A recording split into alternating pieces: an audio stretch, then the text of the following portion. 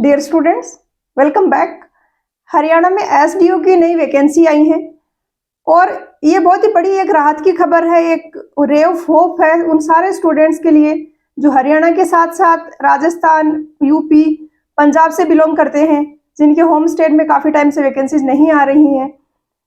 अब काफ़ी सारी कंफ्यूजन भी होती है, कोई नई वैकेंसी आती है उसमें स्टूडेंट्स को कि पैटर्न क्या रहेगा, क्वेश्चंस का लेवल क्या रहेगा, एग्जाम में सिलेक्शन का रेशियो क्या रहेगा, जैसे प्री है तो कितने number of times students qualify होंगे। तो इन सब के बारे में हम आज डिस्कस करेंगे। सबसे पहले तो वैकेंसी है 104, जो कि बहुत ही अच्छा नंबर है। कुछ स्टूडेंट्स को अभी भी लग रहा होगा कि कम है वैकेंसी, तो आप एक बार मैकेनिकल और इलेक्ट्रिकल वाले स्टूडेंट्स के बारे में सोचो, वो भी प्रिपेयर कर रहे हैं इतनी कम पोस्ट होते हुए। तो आपके लिए डिमोटिवेट होने का तो कोई पॉइंट नहीं बनता है कि वैकेंसी है वो कम है। दूसरा इंपॉर्टेंट पॉइंट, पैटर्न आ चुका है एग्जाम का और पैटर्न में दिया गया है कि टोटल 100 क्वेश्चंस होंगे, 100 मार्क्स का वेटेज होगा, 100 क्वेश्चंस, यानी एक क्वेश्चन 1 मार्क का होगा। इसी के साथ में यहाँ पे टाइम दिया गया आपको 120 मिनट्स, यानी 120 मिनट्स में आपको 100 क्वेश्चंस करने हैं। तो टाइम है वो ठीक ठाक है, पर क्वेश्चन जो है 1 मिनट से ज़्यादा है और ऐसे में क्वेश्चंस का लेवल टफ रहने के चांसेस होते हैं। इसी के साथ में अब काफ़ी सारे स्टूडेंट्स में ये भी कंफ्यूजन है कि पैटर्न अगर ये है जो है यहाँ पर दिया गया है, इसमें जीके वगैरह का कुछ नहीं दिया है, तो क्या एग्जाम में होगा जीके या नहीं होगा। तो मैं एक बात बताना चाहूंगी आपको, पंचायती राज की जो वैकेंसी निकली थी, जो पैटर्न अभी काफ़ी लोग देख भी रहे हैं कि हाँ उसके जैसा पेपर आए शायद, तो उसमें अलग से दिया गया था। बेसिकली क्या हुआ, वहाँ पर 2 नोटिफिकेशन आए। पहले फेब में उन्होंने एक नोटिफिकेशन निकाला जिसमें उन्होंने नहीं दिया था एग्जाम के बारे में कुछ, सॉरी जीके के बारे में कुछ। ये यहाँ पर आप देख रहे हो अनाउंसमेंट, ये आया था 2 फरवरी 2023 को। यहाँ पे इन्होंने सिर्फ इतना ही बताया कि 100 क्वेश्चंस होंगे, 2 घंटे का पेपर होगा, जो अभी वाले पेपर में आपको बताया है। लेकिन ये बाद में 12 अप्रैल को इन्होंने दूसरा नोटिफिकेशन निकाला और उसमें बताया कि 80% टेक्निकल होगा और 20% है उसमें mental ability, logical reasoning, analytic ability, ये सब होगा। तो यहाँ पर एग्जाम की डेट थी वो अगस्त में थी, तो 4 महीने एडवांस में यहाँ पर इन्फॉर्म कर दिया गया था। आपका एग्जाम है अभी सितंबर में, 2 महीने बाद। अभी तक जीके वगैरह का कुछ आया नहीं है, तो मेरे अकॉर्डिंग तो 90% चांसेस हैं या 95% चांसेस कह सकते हैं कि जीके आपके नहीं आएगा।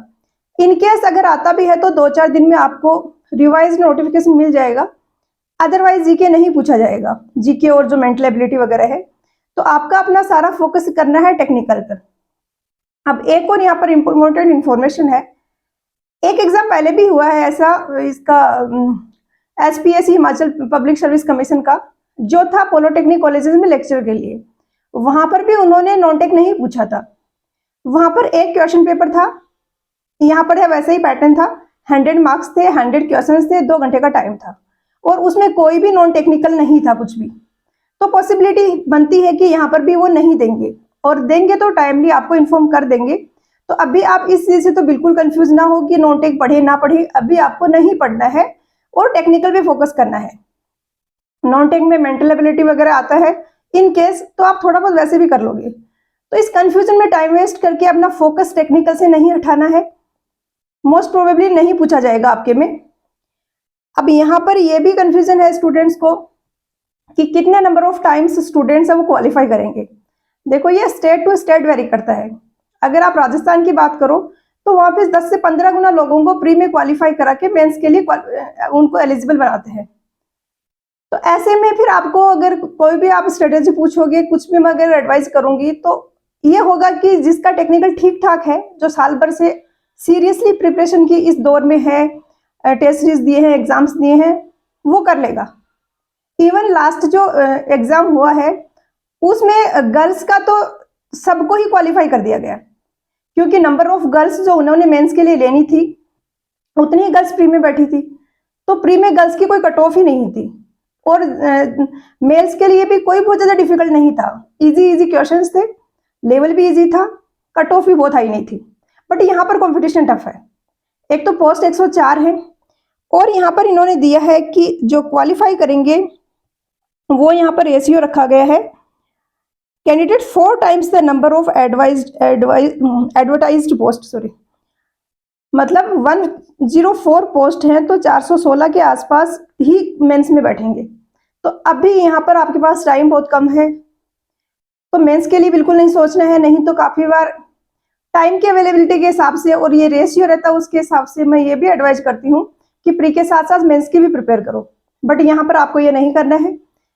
प्री है, कंपटीशन भी टफ है और लेवल भी टफ आता है, तो आपको 2 महीने डेडिकेटेडली प्री के लिए प्रिपेयर करना है।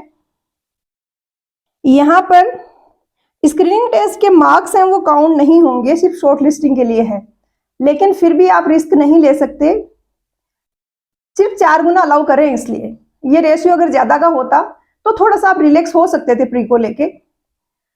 दूसरा इंपॉर्टेंट पॉइंट, सब्जेक्टिव आपका जो होगा इसका मेंस होगा, जो अभी प्री क्वालिफाई करेंगे उनके लिए। सब्जेक्टिव में भी इन्होंने यहाँ पर रखा है कि 2 टाइम्स में इंटरव्यू में बुलाएंगे, मतलब 104 पोस्ट हैं तो 416 तो प्री क्वालिफाई करेंगे, मेंस में बैठेंगे। इस 416 में कोई 208, मतलब 208 ऐसे स्टूडेंट्स होंगे जो इंटरव्यू तक जाएंगे। तो यहाँ पर एक और इन्होंने दिया है कि मिनिमम जो cut off, minimum passing marks कह सकते हो, वो 35% है। प्री के लिए मिनिमम पासिंग मार्क्स ओनली 25% है, पर 25% से इस हाई कॉम्पिटिशन में कुछ नहीं होने वाला है, इसके तो आसपास भी नहीं रहेगी, कट ऑफ काफी हाई जाएगी। तो ये तो एग्जाम के पैटर्न वगैरह का डिस्कशन हो गया। अब सिलेबस का अगर हम डिस्कस करें तो आप लोगों ने देख ही लिया होगा कि एज इट इज जो भी गेट का सिलेबस था वो यहाँ पर चिपका दिया उन्होंने, कुछ भी चेंजेस नहीं किए हैं, ना ही कोई इरिगेशन में रिक्वायरमेंट है, रिक्रूटमेंट हो रही है तो उसके अकॉर्डिंग कुछ चेंजेस किए हों कि हाँ इस सब्जेक्ट का वेटेज ज्यादा रखें।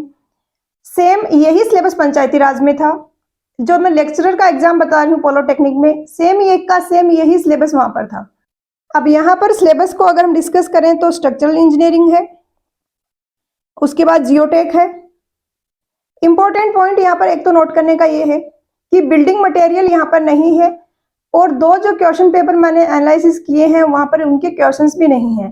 कंक्रीट के थोड़े बहुत आपको मिलेंगे, बाकी बिल्डिंग मटेरियल जैसे स्टोन हो गया, ब्रिक्स हो गए, इन सब के बारे में क्वेश्चंस हैं वो नहीं पूछे गए हैं, तो इन सब में आपको टाइम नहीं देना है ज्यादा, कुछ थोड़ा बहुत जो आपको पहले से आता है, अगर कुछ रैंडम क्वेश्चन आए तो आप वो कर लोगे, नहीं तो आप इसको स्किप कर सकते हो।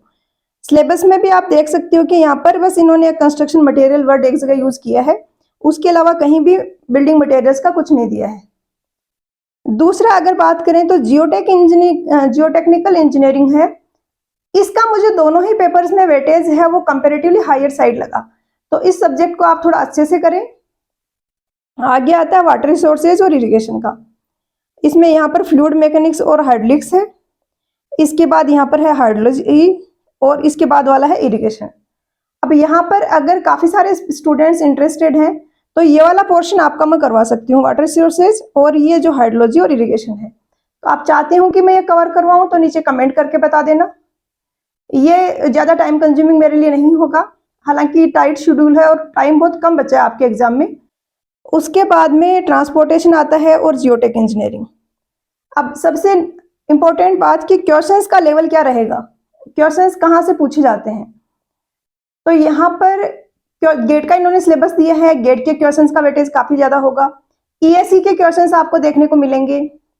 कंसेप्ट बिल्डिंग पे मेनली आपको फोकस करना है, थ्योरेटिकल चीजें इन्होंने बहुत कम पूछी है, ना के बराबर है। कंसेप्ट बेस्ड क्वेश्चंस पूछे हैं जैसे ईएससी और गेट में पूछे जाते हैं। अब यहाँ पर कौन सी बुक्स आपको नहीं करनी है आपके लिए, जो कि ज्यादा बेनिफिशियल नहीं होंगे, ये थ्योरेटिकल बुक्स जैसे खुरमी, जैसे ये मूर्ति की बुक, आर अगोर की बुक, इस एग्जाम के लिए ये बुक्स हेल्पफुल नहीं है। आपको इतना ऑनेस्टली, इतना डायरेक्टली कोई नहीं बताएगा। हर कोचिंग इंस्टीट्यूट को अपना इंस्टीट्यूट चलाना है, वो अपना कोर्स आपको सेल करेंगे, आपको चिपकाने की पूरी कोशिश करेंगे। आपको खुद से डिसाइड करना है कि किस लेवल का उन लेक्चर्स में पढ़ाया गया है, किस लेवल के क्वेश्चंस है वो सोल्व किए गए हैं। काफी सारे कोचिंग इंस्टीट्यूट हैं, उन्होंने मॉड्यूल बनाए होते हैं और हर एक स्टेट में कोई भी वैकेंसी हो थोड़ा बहुत मॉडिफिकेशन करके वही दे देते हैं स्टूडेंट्स को। तो ऐसा नहीं है कि आपने कोई बड़ी इंस्टीट्यूट का कोर्स परचेज कर लिया तो अब आपको एक रोड मैप मिल गया है, बस आपको कुछ अपना दिमाग नहीं लगाना, आपको देखना है किस लेवल के क्वेश्चंस हैं वहां पर। तो अब कहाँ से क्वेश्चंस प्रैक्टिस करें। एक तो आई होप आप अभी तक एग्जाम को नोटिफिकेशन आई काफी टाइम हो गया, ऑफलाइन पेपर हो रहा है, मैंने पहले भी काफ़ी बार बोला है। तो मेरा चैनल अगर आप फॉलो कर रहे हो तो मैं एक्सपेक्ट कर रही हूँ कि आपने ये बुक गुप्ता एंड गुप्ता तो कर ली होगी अब तक। इसके अलावा क्या करना है, जो भी न्यूमेरिकल्स हैं गेट के पीवाईक्यू से एज इट इज उठा के पूछे गए हैं। अब गेट के पीवाईक्यूज अगर आप करोगे, किन चीज़ों का ध्यान रखना है, एक तो ऐसे क्वेश्चंस नहीं करने हैं आपको जो बिना कैलकुलेटर के नहीं हो रहे हैं। गेट के एग्जाम में कैलकुलेटर अलाउड होता है, आप सबको पता है, तो वहां पर ऑप्शंस आपको बहुत नजदीक मिलते हैं। तो ऐसे क्वेश्चंस जिनकी या तो कैलकुलेशन बहुत टफ है, मतलब कैलकुलेशन इजी है, या फिर कैलकुलेशन टफ है, तो वहां पर ऑप्शंस काफी दूर दूर हो ताकि आप अप्रोक्सीमेशन जैसी टेक्निक से आंसर निकाल पाओ। ऐसे वाले क्वेश्चंस ही आपको करने हैं। फिल इन द ब्लैंक्स वाले क्वेश्चंस अभी जो रिसेंट ट्रेंड में है उन पर भी ज्यादा टाइम नहीं तो चलेगा। ईएससी के पीवाईक्यूज आप कर सकते हो क्योंकि वो कंसेप्चुअल होते हैं और इस लेवल के क्वेश्चंस आपके एग्जाम में पूछे जा रहे हैं, तो टाइम बहुत कम है। आप इस तरीके से कर सकते हो कि एक सब्जेक्ट उठाया, जैसे जियो टेक्निकल कर रहे हो, ईएससी के पीवाईक्यूज कर लिए, कोई दूसरा सब्जेक्ट उठाया, गेट के क्वेश्चंस उसमें कर लिए। हालांकि गेट में क्वेश्चंस बहुत कम है तो आपको ज्यादा मुश्किल नहीं है, उसमें नंबर ऑफ क्वेश्चंस है वो बहुत ज्यादा नहीं मिलने वाले आपको। लास्ट कितने ईयर्स के करने हैं, 5 ईयर्स या 10 ईयर्स मिनिमम है, 10 ईयर्स तो लेके चलो आप मिनिमम। उसके अलावा आप ज्यादा के भी कर सकते हो अकॉर्डिंग टू आपको टाइम कितना अवेलेबल है। गेट की अगर मैं बात करूं तो आप रिसेंट ईयर का 2-3 साल का छोड़ भी दो, उससे पुराने वाले जो करो वो ज्यादा रिलेवेंट है।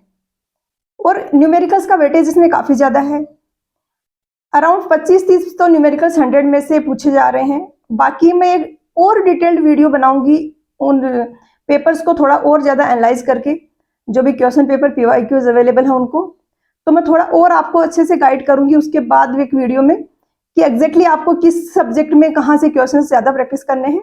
बट अभी के लिए ये टारगेट रखना है ईएससी के पीवाईक्यूज, गेट के पीवाईक्यूज। गेट में भी थ्योरेटिकल क्वेश्चंस पूछे जाते हैं, कम है तो उनका वेटेज कम रहता है, बट वो क्वेश्चंस पूछे जाते हैं, तो वो सब फोकस में रखना है। कहीं से भी किसी इंस्टीट्यूट का आप प्रैक्टिस कर रहे हो, क्वेश्चंस का आपको लेवल ध्यान में रखना है। आप अगर उत्तराखंड के पेपर का देखोगे लेवल, आपके लिए यूजफुल नहीं रहेगा। उत्तराखंड का कोई भी पेपर आप सोल्व कर रहे हो, आप अगर एनपीएससी नागालैंड पीएससी का पेपर की बात करो, वो आपके लेवल का नहीं होगा। तो हर एक स्टेट टू स्टेट वेरी करता है।